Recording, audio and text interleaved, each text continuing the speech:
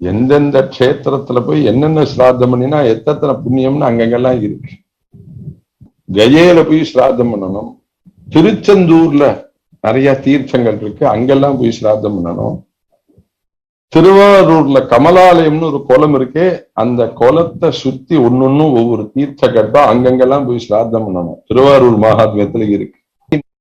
அதெல்லாம் நடைமுறைக்கு வருவதில்லை. எல்லாரும் திருவெண்காடுல போய் அங்க கயையில விஷ்ணு பாதம், திருவெண்காடுல ருத்ரபாதம், பரமேஸ்வரனுடைய பாதம் இருக்கு, அங்க போய் சிராத்தம் பண்ணி தீர்த்த சிராத்தம் பண்ணி அந்த ருத்ரபாதத்துல போய் பிண்டங்கள்லாம் வச்சு அப்படின்னா சில பேர்கள் அனுஷ்டிக்கிறார்கள். இதெல்லாம் செய்யணும். கோதானம் பண்ணணும். நம்ம கரையேறுவதற்காக ஒரு கோதானம் பண்ணணும், ஒரு பூதானம் பண்ணணும். ஒரு பூமியை வாங்கி ஒரு கிரகத்தை கட்டி ஒருத்தன் கொடுத்தானே, ஆனால் சாஸ்வதமான வைகுண்ட பிராப்தி அடையுது.